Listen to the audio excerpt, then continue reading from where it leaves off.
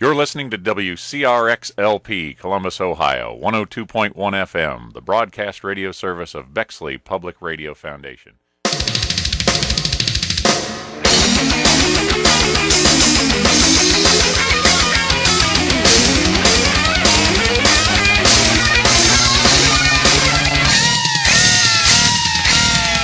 And now the Joe Contino Show on Bexley Public Radio. Their coffee. Yeah. The only other, I'd say Italy is pretty proud. That goes without saying almost.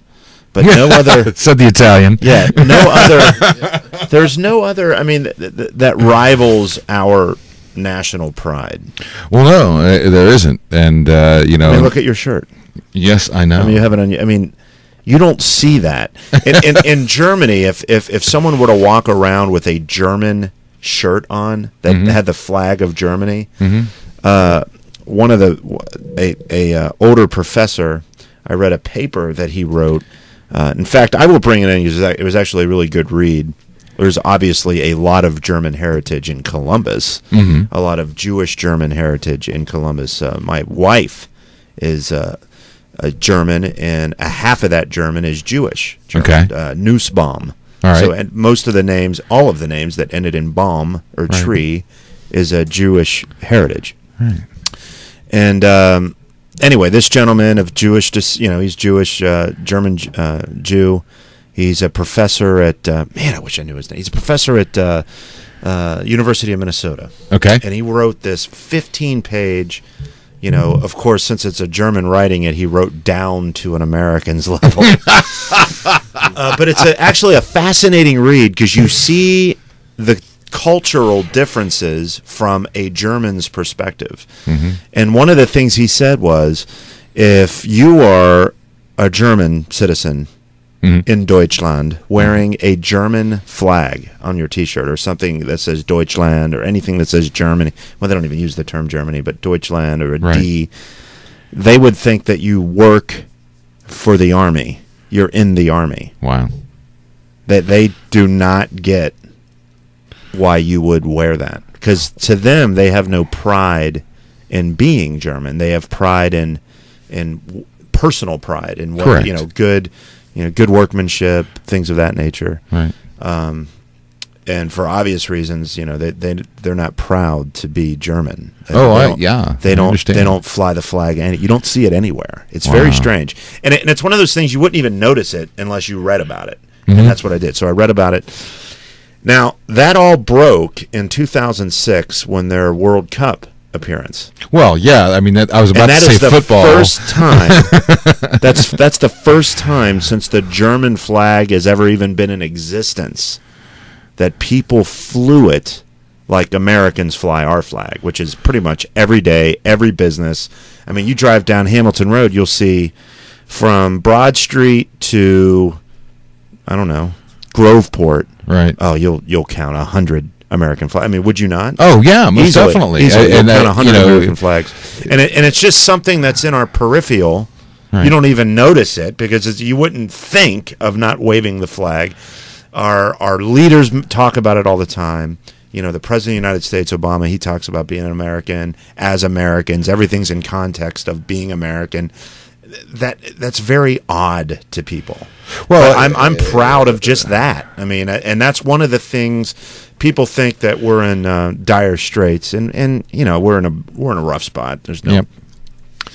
But why we succeed being in the military, we're not efficient. Our bureaucracy is a horrible mess. I wouldn't trust our government system to accomplish anything. So you wonder why we accomplish these big feats. World War I, World War II, Revolutionary War, Civil War. Admiral Perry. It is. Yeah, Admiral Perry is a great story.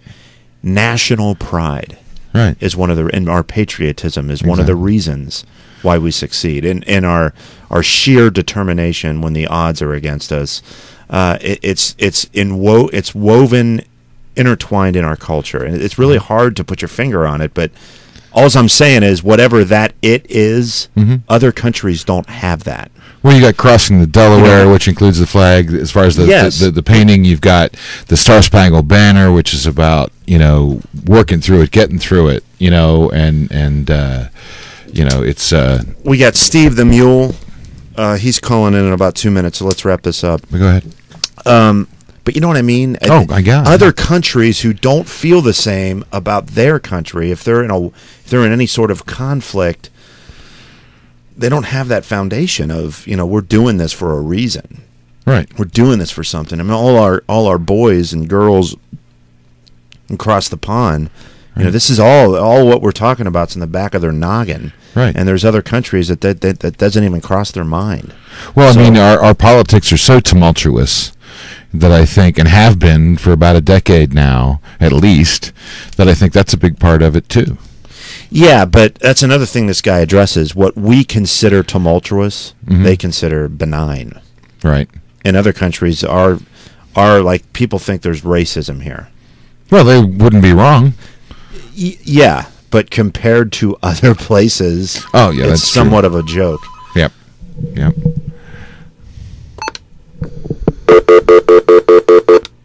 Uh-oh. All right. Lose him? I think he was a one-ringer. So it either means call me back or... Yeah.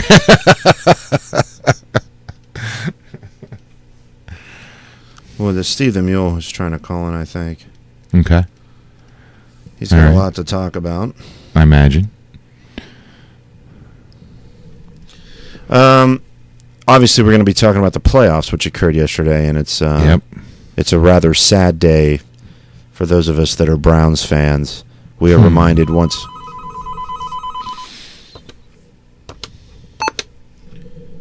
WCRX. Hey, Joe. How you doing? Well, I was just getting to that, Mule. How are you doing? Oh, same old. The Browns are out of the playoffs, but I still get to sit and watch the Pittsburgh Steelers, continue their dominance of the AFC, and watch as the Browns continue to rebuild from the ground up. So, two franchises going in opposite directions. So, other than that, I'm doing great. Well, we were just talking about that with. I was just talking about this with John, and he called me. My brother John. He called me twice last night, Mule. Somewhat and it's almost ridiculous. I mean, we both, you and I and John, we all realize that we're talking about a sport, but it's something that we enjoy to do in our. Well, you enjoy to do not only as a side job, but you also enjoy it as your personal entertainment in your time off, right? Yeah, absolutely. So when you invest that much time, and we all know that it's a bad soap opera from 1979 that we're hooked on, but you are emotionally invested in it. Absolutely. And there's nothing wrong with that. It's just that's how it goes. I mean, it's that's what you choose to root for and choose to watch and follow. And for Cleveland fans, unfortunately, it's usually wasted time, but somehow we keep going back to it. Yeah, I mean, we are at the Who Shot JR moment every December 31st for the past 21 years. And so like you were saying, and I want to try to recapture what you were talking about yesterday on the phone, Mule. Speaking with Steve the Mule Nevelos, Cleveland sports insider to the Joe Contino Show here on Bexley Public Radio. It's just like someone tore the sports soul out of you. When you see the Stillers, who seem to get all the balls bouncing their way. I mean, like every one. They could, I mean, Ben Roethlisberger could have a fumble. It could be like 1st and 10. He could fumble 10 yards back from the line of scrimmage, and it's some magical football fairy jumps on top of this ball and allows it to bounce into the hands of like Hines Ward, who weaves in and out of people and then scores a touchdown. And this doesn't happen once during a game. It happens like 15 times. Yeah, I mean, you can't write it. There was a lot of, the New York Jets had the opportunity to catch a couple interceptions. They didn't do it. And yeah, that's on them, but it just always seems like things tend to go their way. And I'm not saying Pittsburgh's a bad team, but you wonder at what point are they not going to get a break, and at what point are the lowlier franchises like the Cleveland Browns, when's the bounce going to go their way, or when's a play going to go their way? And maybe it's sour grapes, but it's just it makes me wonder, and it's just sour they are, Mule. Sour they are. Worse than a Cubs fan. Yeah, it's like they're like the Cubs of the NFL. And Mule, just so you just said that, when is it going to bounce our way? Which reminds me of my son's first Browns game this year when I'm sitting in the stands looking at the Carolina Panthers kick a 23-yard field goal, and I point up to God and go, "You owe me this one." This one you owe me. And he came through. I mean... Yeah. So, maybe it does bounce our way, but, But, I mean, almost like when it's like you can't believe it's happening. It just happened. The Jets, I don't know, what'd you think, Mule? At the beginning of that game, I really didn't think they had a chance. No, I mean, I thought coming into the game that, they had a great opportunity with the defense that they had, but, they just blew that first half, and especially right before the end of the half with about a minute left. That fumble by Sanchez, picked up and run in for a touchdown. That turns out to be the game-winning touchdown. Pittsburgh doesn't score another point after that, and it just makes you wonder, had New York played a little bit better of a game and stopped the run in the first half, then they probably would have had a decent shot. But you got to play two halves of football, and unfortunately they only played one, and their inability to stop the run is really what killed them. I mean, once again, you talk about Ben Roethlisberger, who doesn't really put up stats. He was barely 50% passing, 130 yards, 2 interceptions, no touchdowns, by the way. And yet he still finds a way to win it for his team, whether it's a couple of a scramble or, and it always seems to be his teammates picking him up. If you look at it in that Super Bowl against Seattle, they won that game in spite of him. And I'm not saying he's a bad quarterback, but I just, for me to set up and say he's one of the greats, he might have 2 Super Bowls under his belt, but, Trent Dilfer has a Super Bowl too, and, I can't say the Baltimore Ravens won the Super Bowl because of Trent Dilfer. Now, I agree with everything you just said. We're speaking with Mule Nevelos, Cleveland Sports Insider to the Joe Contino Show. The complexity of this deal that the Pittsburgh franchise signed with the devil. I'm interested to know the fine print, because I want to know, when do they have to pay the piper, and in what manner? I want to be there for that. I really do, because I'm scared to death. Now, again, I'm using that term relatively because it's really not that big of a deal if you're not a sports fan, but it is that big of a deal for me. I'm scared to death they win the Super Bowl this year. Well, what I want to know is when that contract does come up, can the Browns sign it? I'm with you, Mule. I mean, because I'd take a couple years of that, honestly. So, yeah, but as far as Pittsburgh winning the Super Bowl, I mean, you got to look at it and say, boy, if they win it this year, that's 3 times in 6 years. That you're talking New England Patriot territory, or even talking the old Steel Curtain days.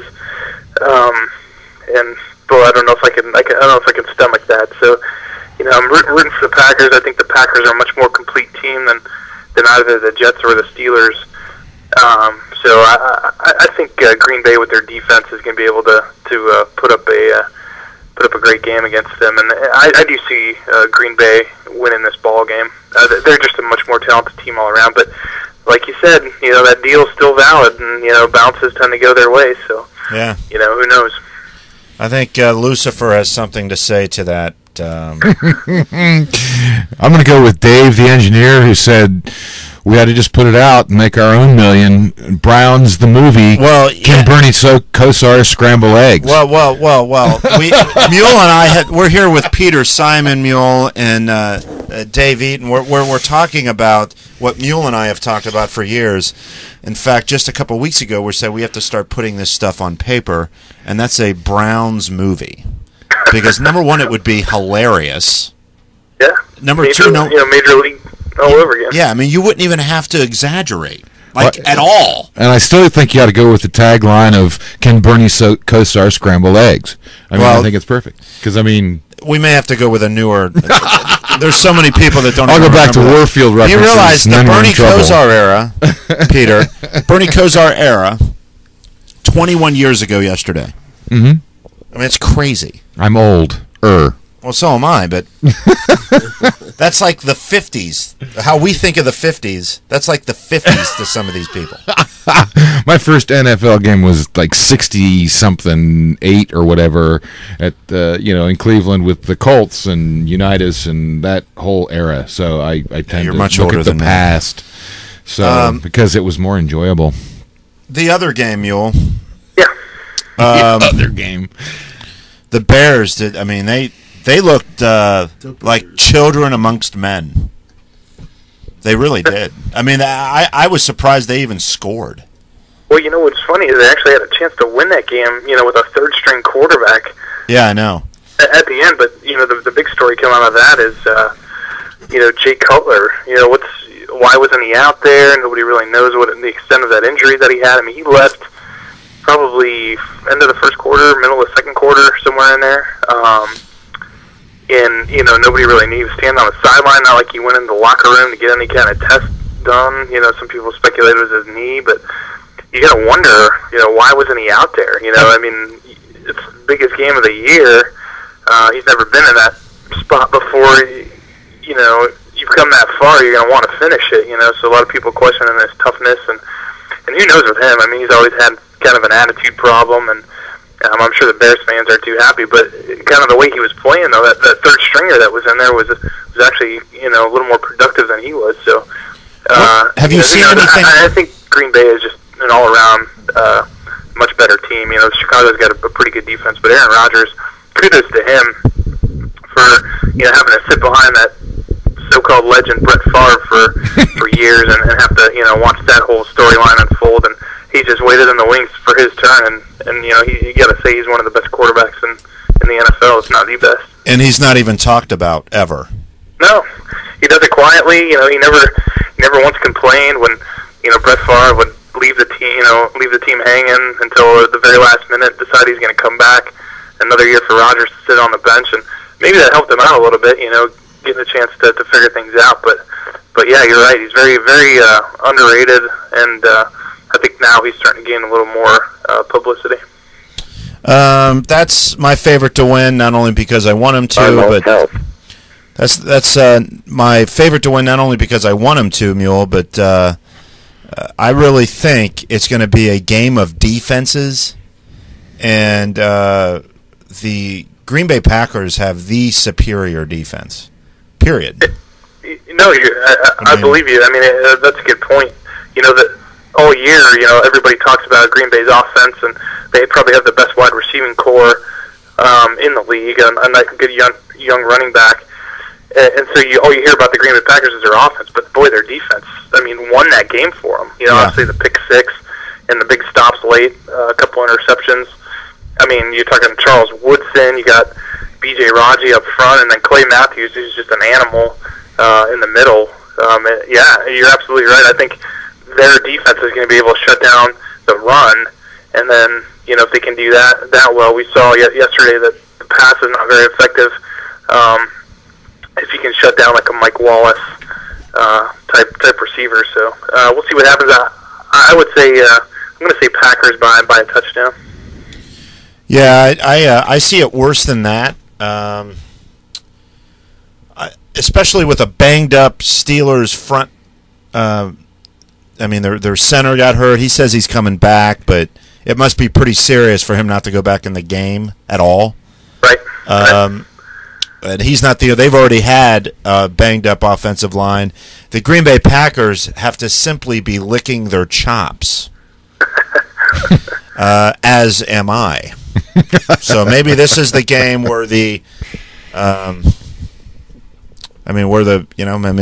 this is the game where what we were just talking a minute ago, where we want to be there when they have to pay the piper, and maybe this is it. Yeah, who knows? I mean, things maybe they get blown out big in the Super Bowl, and things start to go downhill for them. But until that happens, I'm not going to believe that. I think you'll see Lucifer in one of the Green Bay Packers big meat packer head costumes, laughing the whole game. And the horns on his head will be real. It's interesting, just to stick on the Packers for a minute. I did hear that there was a possible talk of Brett Favre signing a one-day contract with the Packers so he could retire as a Packer. And when I heard that, I just kind of laughed because I thought he'd probably hold out. They try to sign him for a day contract. He's probably going to hold out for a little more money so he can retire as a Packer. Yeah, hey, the day I want to... No, or he'll do this. The day I want to sign to retire as a Packer is Super Bowl Sunday. So exactly. So I'll get another ring before he bows out. But, that would be an interesting situation. The way he left and as turbulent as that was, who knows, if Green Bay would submit to that. But I know, a lot of people out there still like him, so you never know what would happen. But knowing him, he'll probably want, 1.2 million for that day. Oh, come on. It's got to be at least a teacher's pay or valet pay. Come on. I mean, after the whole texting, sexting, whatever issue, I think the value went down for the day. Right. Don't you? Yeah, probably. I mean, yeah, for sure. He's obviously lost a lot of credibility and probably money. I'm sure his wife's wanting a lot to, in order to stay with him. Plus, he's got to pay for his sister now, who's been selling meth. I think she might be in prison now or something like that. So he's got to pay her way out of jail. What's wrong with selling meth? As long as anyway, on Route 23, I guess nothing. Mule, have you seen anything on the wire about the Cutler issue at all? No, I haven't. Obviously the captains on the team, like Urlacher, are all sticking up for him and saying, hey, we don't need to question his toughness. We know him. They're gonna say that. I mean, who knows what they're thinking publicly. I would think there'd be a lot of upset players, especially.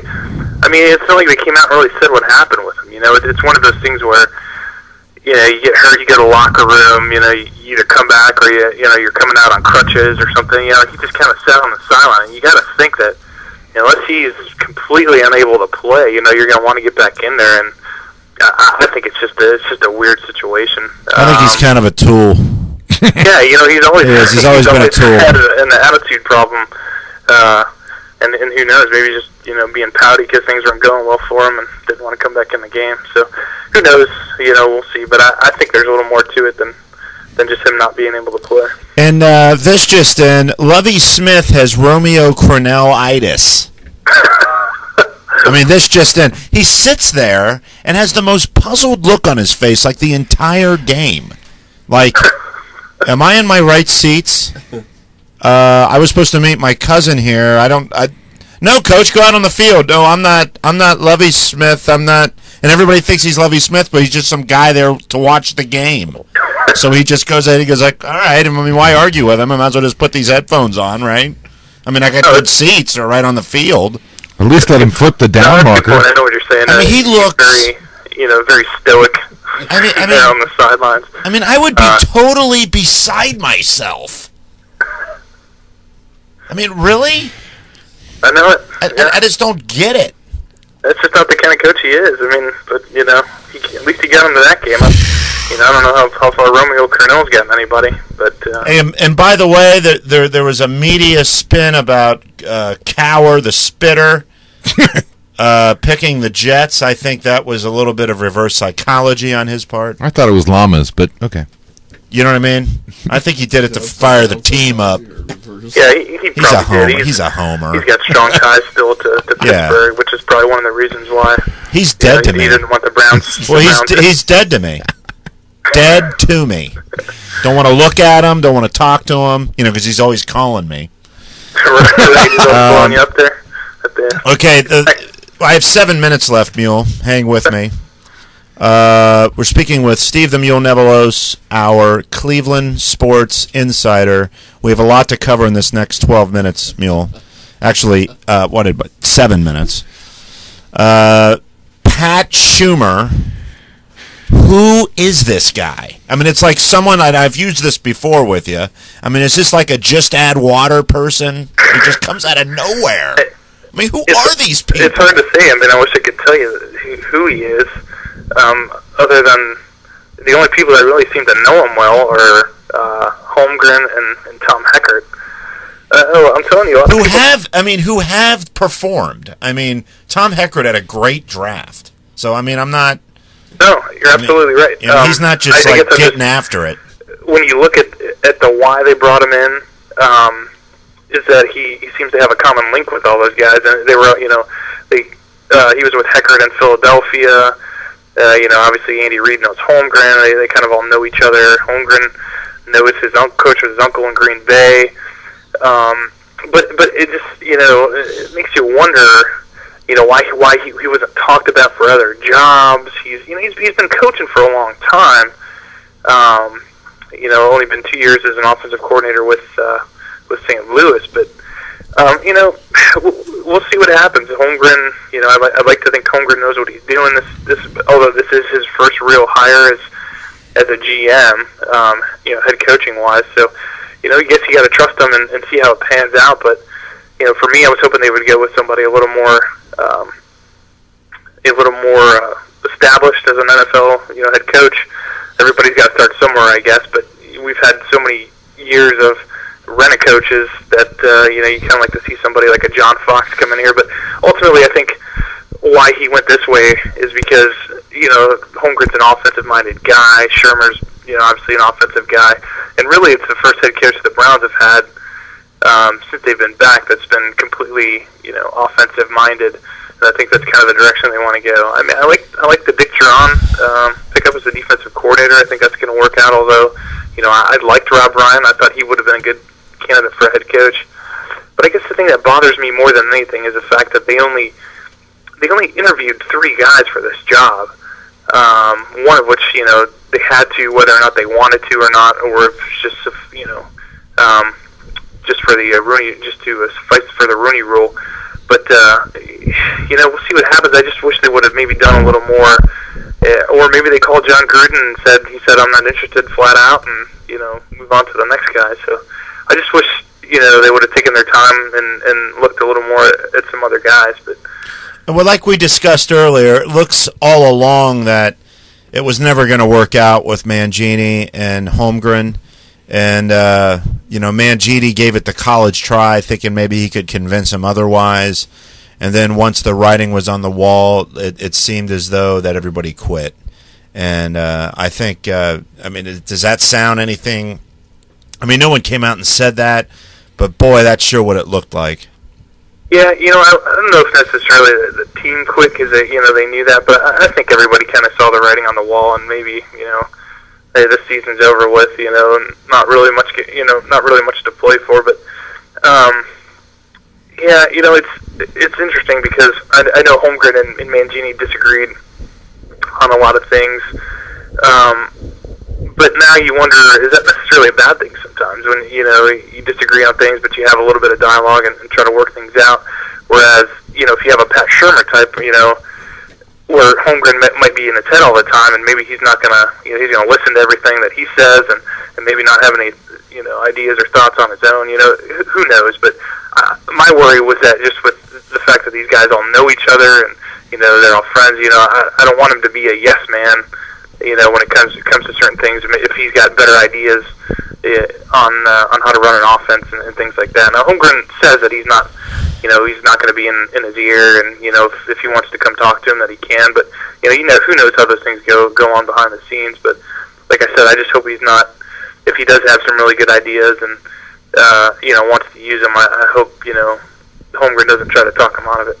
You're listening to WCRX-lp, Columbus, Ohio, 102.1 FM, the broadcast radio service of the Bexley Public Radio Foundation. We're speaking with Steve the Mule Nevelos. Steve, we got a couple more minutes left. It's still in a nutshell, it's still one hell of a head scratcher. Yeah. I mean, really. I guess, I don't know what you think about it, but, from hearing what people in St. Louis had to say about, he runs a very conservative offense. To me, that kind of there's some red flags there. That this is kind of what we've been doing for the last 10 years since we've been back. These little dink and dunk passes, and Sam Bradford had a really good year this year, and I think that's part of the reason why they hired him. Because he has a little bit of experience working with young quarterbacks, and obviously they want to develop Colt McCoy, who's coming along nicely. But you wonder, how much of that is him, how much of that is Sam Bradford just being a really good player.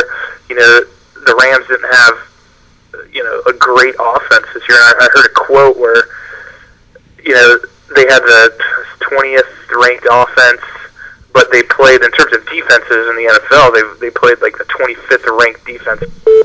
Unknown. So somebody brought up the quote, if you look at the Browns. Hey, Mule, hold on one sec, Mule. Yeah. Hey, Sal, hold on with me, buddy. That's just Sal on the other line, Mule. We just have to wrap it up. Mule, you there? Yeah, I'm here. Real quick, before I let you go, I don't mean to cut you off so abruptly. Good call. Brian Daboll, offensive coordinator for the Miami Dolphins. I don't know if they're trying to blow up the franchise and get everybody fired or what, but I don't know. That's a real head scratcher. To me, that was like a Jeff Davidson getting hired with Carolina, after his horrible performance with the Browns, and look how they did. So we'll see what happens. I don't know how that performance warrants getting hired as an offensive coordinator somewhere else, but that's just my opinion, and we'll see what happens. They had a terrible offense this year, and I don't see them getting any better. Yeah, I big head scratcher to me. Steve the Mule Nevelos. Steve, I'll let you go. We will talk to you next week, sir. Hey, Joe, take care. See you, dude. Thanks, Steve. Now on the phone we have Sal Leonetti, our gaming expert to the Joe Contino Show on Bexley Public Radio. Sal, how you doing? How you doing? Well, not a two. Yeah, it's what are you going to do? I've just belabored this fact for the past 35 minutes with Steve the Mule Nevelos. The Steelers, yeah. Big Ben. I know you're not a Big Ben fan. Yeah, how'd you know that? That's wow. Spin that dartboard. Yeah, but he's one tough guy. That's one thing you got to say about him. But he's a tough guy. A lot of people that are felons are, Sal. A lot of tough felons. The second game, turned into a good game. The Jets made a run for it, and in my hand, I'm not a Big Ben fan either, but I just don't like Rex Ryan with his mouth. So it was like the lesser of the two evils. And then when the Jets made their run, I started to root for them. I said, it'll be something if he pulls it out. And they had a chance. And then they had several chances. They flubbed it up. Yeah, they had several chances, Sal. Yeah, I thought they were going to do it. It just shows you in both games, the winners, Green Bay and the Steelers, looked like world beaters for a half. And then they let the other games in. They were hanging on almost at the end of the game.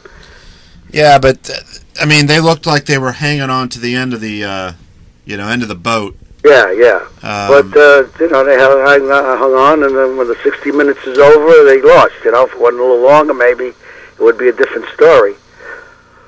But I'm not a fan of Rex Ryan. I just can't hear that mouth. I listen to the New York stations and on the fan and what have you, and just the idea of not having to listen to the Jet fans and Rex Ryan anymore. That was the plus for me.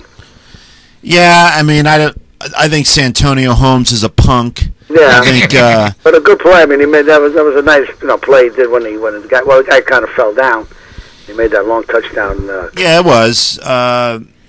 And then Braylon Edwards is another obvious punk. All right. Well, so they have players I don't like, but of course I was rooting for them.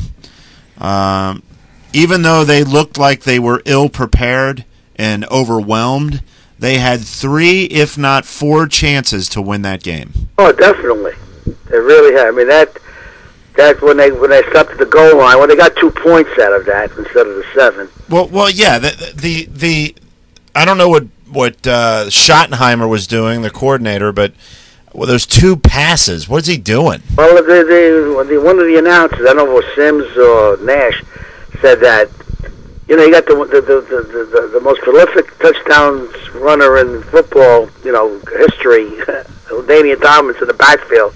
Just give it to him a couple of times, you know, and that would have done it, you know. And he's the kind of guy that they said he leaps over the line, you know. So I don't understand. There's a couple of bad calls, and you know, at the end of the half when they give up those 7 points on the fumble, that really was a killer. That was a killer.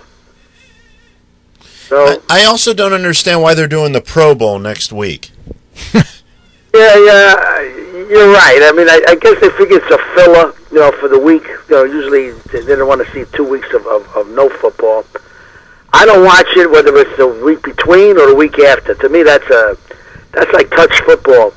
I mean, the rules have changed. Nobody wants to get hurt. So I don't, you know, I'm not a big Pro Bowl fan. When I was back in the 50s and I was young, actually into the early 60s, they used to play. The beginning of the season, they played an all-star game where the championship team to win of the Super Bowl. Well, those days it was the NFL champion would play a team of all-stars from college. Oh, really? That was played in Chicago and in August sometime. But then when the price of these college kids started going up, they wanted these kids to report to camp, and they weren't reporting to training camp until after that game because they were practicing for the All-Star game. Yeah. They stopped that, I guess, sometime in the late 60s, and then they started with a Pro Bowl game. But they had the Chicago NFL champion against the All-Star college team. And the pros would normally win because they were a team. They played together, or, you know, while the other kids were just a bunch of all-Americans, you know, getting together. I got a question, Sal. Go ahead. The Pro Bowl doesn't make sense to me on many levels. It should. I think the sports writers should vote just like the All-Star game in baseball. Right. I think they should probably do it. There should be a break in the middle of the season, like baseball. You know, it gives every team a rest, which would also help if they want to extend the season by a couple games. You know, so 2 weeks off, middle week All-Star game, and then you finish the rest of the season. There would be somewhat of a, hey, I don't want to play that hard, you know, because I don't want to get hurt. But if you sweeten the pot for these guys, you know what I mean? It's a game just like every other game. Well, the couple of things. One is that injury issue. You know, it's a game that you can get really hurt, you know, if you start playing hard. And then it takes the rhythm out of the team. Those players would like to get the rest also, I imagine. But then you're voting on half a season. I guess. I guess you're right. You know, I guess you're right. Voting at the end of the 7th game or 6th game. Well, what about this then? Shifting away from the Pro Bowl, I am happy they moved it back to Hawaii, did they not? Yes. I mean, that was stupid to leave Hawaii, in my opinion. That was the one big the quality of just watching the game with all that sunshine. Yeah, you're absolutely right. You know? I do. You are right. I mean, it needs to be at the end of the season, but I don't think players and fans should vote. I think it should be sports. I agree with that. The other thing is, by doing it in between, all the players in the Super Bowl, who are really some of the, guys, some top players, don't play in the Pro Bowl. So you eliminate those players. That's the one thing about having it in between before the Super Bowl. Every player in the Super Bowl, is not ineligible, but they get a pass. So that's one of the downsides. At least if they have it after the Super Bowl, at least everybody gets to play. Yeah, you're right. So I do not like it before the Super Bowl. I mean, it should be. To me, I think it should be the week after. It just extends the season a little more. If you're a real big football fan. And the thing that makes me laugh is when they have Vegas comes out with odds on the game. Yeah. I said, well, that's something. It's like playing on an exhibition game. Betting on an exhibition game. So. Now, Sal, as far as the Super Bowl locations go, yes, I think they need to absolutely spread the wealth. It needs to 2 be years, 2014, the Meadowlands. It's going to be outside in the Meadowlands. Heinz Stadium. Well, there we go. That's awesome. Yeah. I was always for that, especially when I was a ticket holder, and the thought that let's face it, you played the championship game, yesterday. Yeah. What's the difference? difference? What's the difference in the temperature between now and 2 weeks from now? Absolutely. And if it just so happens to be indoors a year, then it's indoors a year. I think the best way to do it, I always thought, was that the way they used to do it in the World Series, alternate between the NFC, AFC, and the winning team, gets the stadium. Yeah, it should be the winner of the. It would be in Pittsburgh. That's right. The AFC. That's right. And, well, isn't that how it used and also it gives the feeling of the fans are in it. You notice you go to the Super Bowl, you don't see that emotion in the stands because. Well, plus it would heighten the stakes of the Pro Bowl. Oh, definitely. No, you're right. I would. Yeah, you could make that the how would you say the determining factor where they play. Yeah, so if the AFC wins the Pro Bowl the year prior, then whoever is representing the AFC gets that as a home game. Yeah, well, that would give a lot of incentive to the for the game anyway. Well, plus I think the NFL tries to avoid that because they can't plan on a place. They don't want to see people get. Then they really would try harder, and then people might get hurt. That's the one thing. There's no blitzing in the game. There are rule changes. Yeah. No, but I think they're losing out, or they think they're losing out on the money aspect of it. People that go to the Super Bowl can't book rooms and plan for a year ahead of time. You can plan. You'll plan. You'll know before. You're right from that aspect. Yeah, it's not like anybody. The city that wins it's not going to lose any money. No, well. But they're not going to be able to predetermine where it's going to be, and I think the fans would like it more, and I think that isn't the game for the fans? Supposedly. Let's face it, it's for the fans. But you got these millionaires, these team owners like Jerry Jones, that want their piece of the pie guaranteed, and that'll never be voted in. But why doesn't Randy Lerner get to host a Super Bowl? So if you're not going to at least determine where the Super Bowl's played by who's in it and who won the Pro Bowl, at least evenly rotate it amongst all 32 teams. Yeah, you're right. You could do that. Just put 32 teams in a hat and just pick them one at a time. Absolutely. You go once every 32 years. That's right. You can do it that way. That's right. That's what I would rather have it that way. I would too. I mean, why doesn't Cincinnati get to host the Super Bowl? And the one thing this way, I mean, let's face it, if the Dallas Cowboys win the Super Bowl, they'll have a big home team advantage too. Oh yeah. Predetermined. I mean, at the beginning of the season, they had visions of playing in the Super Bowl, and all of a sudden they got hurt, and Tony Romo got hurt, and they became an also-ran. But that was a possibility, a good team getting their shot. Now, 2 years, the big thing in New York, everybody's envisioning, could you imagine a giant jet Super Bowl in the Meadowlands? I don't know how big that would become. That'd be huge. But I think you might have seen the dismantling of what anybody thought was the New York Jets. They aren't as good as the hype was this year. They just weren't. They got a good defense. They got a good, good schemes. Their offense leaves a little bit to be desired. The defense is not bad. Yeah, but Sanchez isn't what he's cracked up to be. No. Sanchez is right now a middle road quarterback. You have to give him credit. He's only a second-year guy, and he's been doing pretty well. But no, it isn't a defense. It isn't an offense that would scare you. Yeah, it's not. But remember, Pittsburgh and Green Bay. If you look at their points given up over the last 8-9 games of the season, they're very tough. It's going to be I think a relatively low scoring Super Bowl. And if I had to think, I would think a turnover or a break is going to determine the winner. I think it's going to be that close.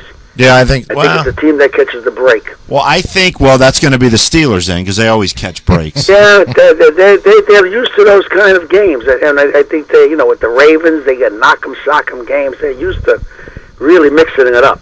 So you're right. If a break is going to go one way, they'd be the ones that would normally get it. Now, Sal, what's the name? Rogers looks like a terrific quarterback, but if they put enough pressure on him and they bang him around a little bit, you'll see how he holds up. But I'm really impressed with this kid Mendenhall the last couple of weeks. He's starting to come into his own. He's given the Steelers something they didn't have too much of in a good running attack. Yeah, I just think they're vulnerable, Sal. I mean, the Ponce is hurt. That's going to hurt. That's going to hurt. And it's funny because rarely do you get a center who's a rookie. I mean, that's one of the more, cerebral positions, Yeah, well, the Browns have a good center. Alex Mack did really well his rookie year. Yeah, and these guys coming out of college and jumping right in and becoming the center, I mean, that's saying a lot for these fellas. Yeah, it is. I mean, the guy for the Jets, the Mango, the guy from Ohio State, is a good guy, too. He was a good center. They're going to miss him. They're going to miss a guy like that. I think that might have had something to do with remember, they didn't score in the second half. You're right. Absolutely right. And Ben Roethlisberger managed what he could, did not have a touchdown pass. Right. So, people want to say how great Ben is. I don't know if he is. I think Ben's lucky to be. I think he's lucky to be on a good team. He's in the game. He's a fighter. He's a leader. Yeah, but he's on a good team, Sal. You put him on the Browns, he's terrible. No, without a doubt, they couldn't do without it. They couldn't do without the team. You put him on the Browns, he's terrible. Yeah, no, that's without a doubt. I would doubt that only a handful of teams would trade for him. Even up with their quarterback. Yeah. Big story today is not even with one of the two teams. It's Cutler. What is going on? What's the wire on him? Well, a lot of play is first.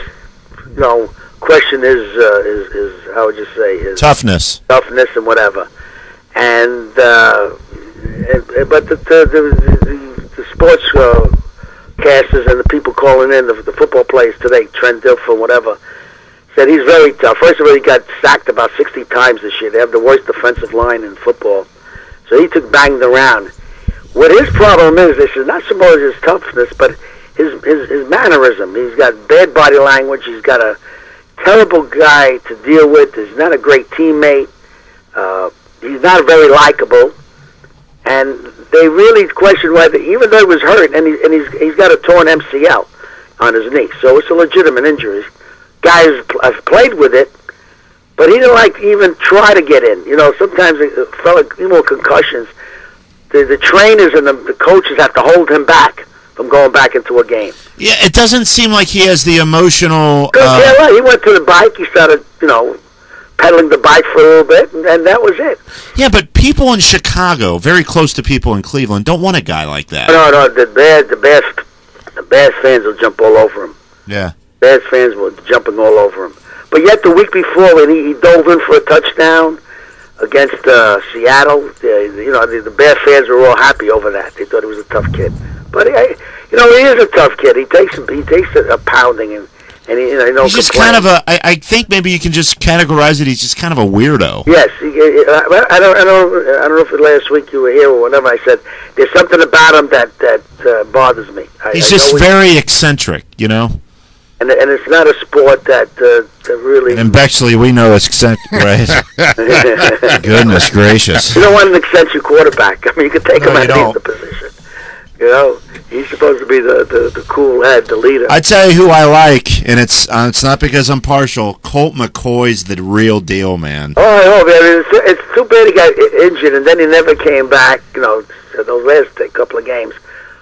I mean, what's the story with Mangini? You think he got a bad call, or that had to happen? No, I think he got a raw deal. I just think there was irreconcilable differences between him and Holmgren. But that's okay. It was 1 year, and it didn't happen. No, Sal Cole played the last two games. No, I know, but he missed one, and then I don't know, was he as good in the last game or so? I never watched the last two games. He had he had 3 interceptions in that. Yeah. But he's a rookie, I'm just saying, you can tell by looking at the guy, he's the type of guy to tear 2 MCLs and want to go in and play. Well, I tell you the truth, the coach they have. What's the name of the new coach they have now? Exactly. Yeah, I think Pat Schumer. Yeah, if that's a great team to coach now, to get a new job. You're getting a team that's down at the bottom of the barrel, who has a lot of potential. I think their defense is really getting better. Although you lost your defensive coach now, right? Yeah, Ryan went but we to, got Dick Duran though. That's a good pickup. Yeah, so I think it's a great opportunity for a coach, right? I think he's got the nucleus of a good team, especially a great quarterback. So I think being the Browns coach, that's why it's a shame Mangini has to leave now, because I think he would have been on the threshold of doing good things. Colt McCoy just has that aura about him. He's very Brian Sipe-esque. You know what I mean? Yeah. He I looks. remember Brian Sipe, way back then. This McCoy could be better.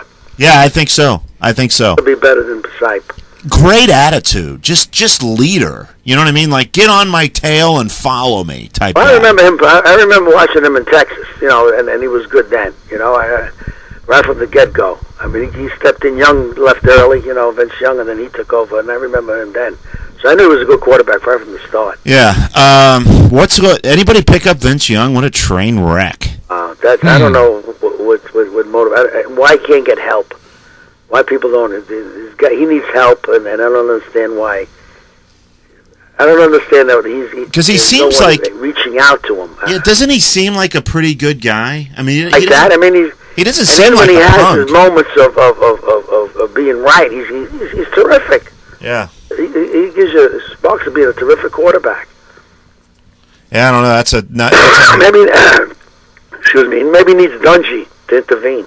He needs an intervention. Yeah, man, he's a head scratcher, that's for sure. Well, the NFL intervenes in all kinds of situations, from helmet to helmet situations on down.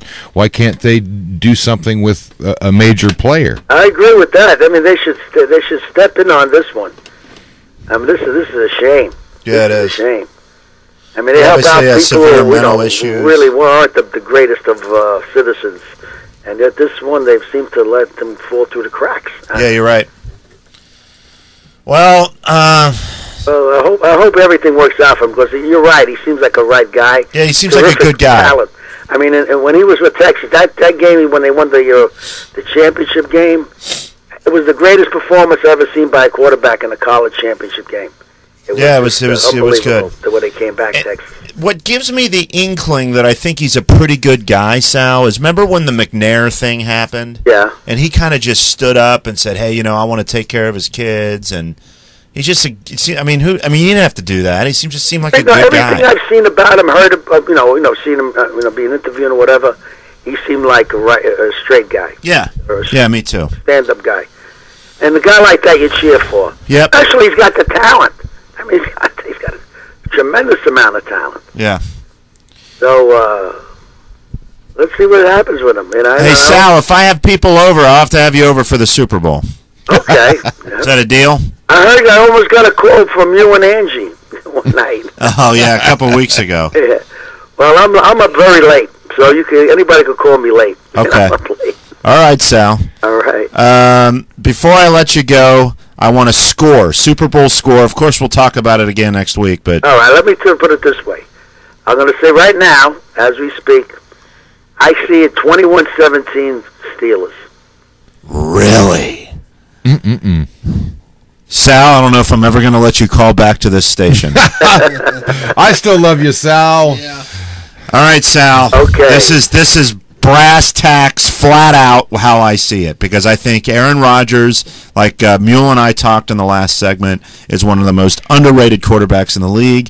I think he's one of the best quarterbacks in the league. I see Green Bay 24, the Steelers 10, 24-10. Okay. Well, not that I'm trying to soften what I said. I'm rooting for Green Bay, but I'm just saying that's the way I think I see it. All right, that's fine. That's fair. Okay. Okay, Sal, we'll let you go. I'll talk to you soon. Have a nice week. Yeah, thanks, Sal. Hey, Sal. Sal Leonetti. You're listening to the Joe Contino Show. I'm Joe Contino. I should be here next week. I don't have any reason why I would not be. Well, I'll be here waiting. We are ramping up, though, at work for a very major inspection. So a lot of these shows I may have to pre-record, Dave. We'll get with that because I don't know if I'll be able to get here on Mondays anymore, at least for the next couple of months or 2-3 months. I usually use this as my lunch hour, but today I have the day off. Actually, every other Monday we do a flex schedule, Peter. Anywho, not that you would be even interested in that. Well, no, I am. That's yeah, Germany, cool. Things are coming together for our coffee shop. Well, that's good. That's a great thing to hear. Can I plug it? I mean, I do this for free, right? I guess why not? Hey, it's very cool. www.dascoffeehaus. That's DASKAFFEEHAUS.US. Sounds awfully German for an Italian. What? Very good point. My wife is German. People ask me that. My supplier is Cafe Del Mondo downtown. A lot of people are aware of that place. Very good place. They're supplying us with Danese Italian coffee, which is probably one of the more popular in Germany. People wonder, in Germany, and in fact, not just Germany, but throughout Europe, Italian coffees are probably 7-1 over any other, make or nationality. I understand. Even in Germany, it's mostly Illy coffee, you'll see, which is an Italian brand. We will be serving Plum's Coffee, which is from Aachen, Germany, one of the oldest roasters there. But again, www.dascoffeehaus.us. And, we're starting small, but we have a 3-phase plan. Who knows where this goes? I feel a little bit like Dave Thomas. Well, where's the first? Lithopolis, Ohio. There you go. Look it up. Our launch date we're looking for sometime in May. And in fact, we've already opened our doors to Bexley Public Radio. There you go. Well, don't close your eyes as you go through downtown Lithopolis. By the way. Yeah, because you'll miss it. But no, we've also great spot. Kurt showed interest in broadcasting from there, so we'll actually do that. Great. It would be very awesome. That concludes our broadcast day. I'm Joe Contino. You're listening to WCRX-lp, Columbus, Ohio, 102.1 FM, the broadcast radio service of the Bexley Public Radio Foundation. Ladies and gentlemen, you've been listening to the Joe Contino Show from WCRX-lp, Columbus,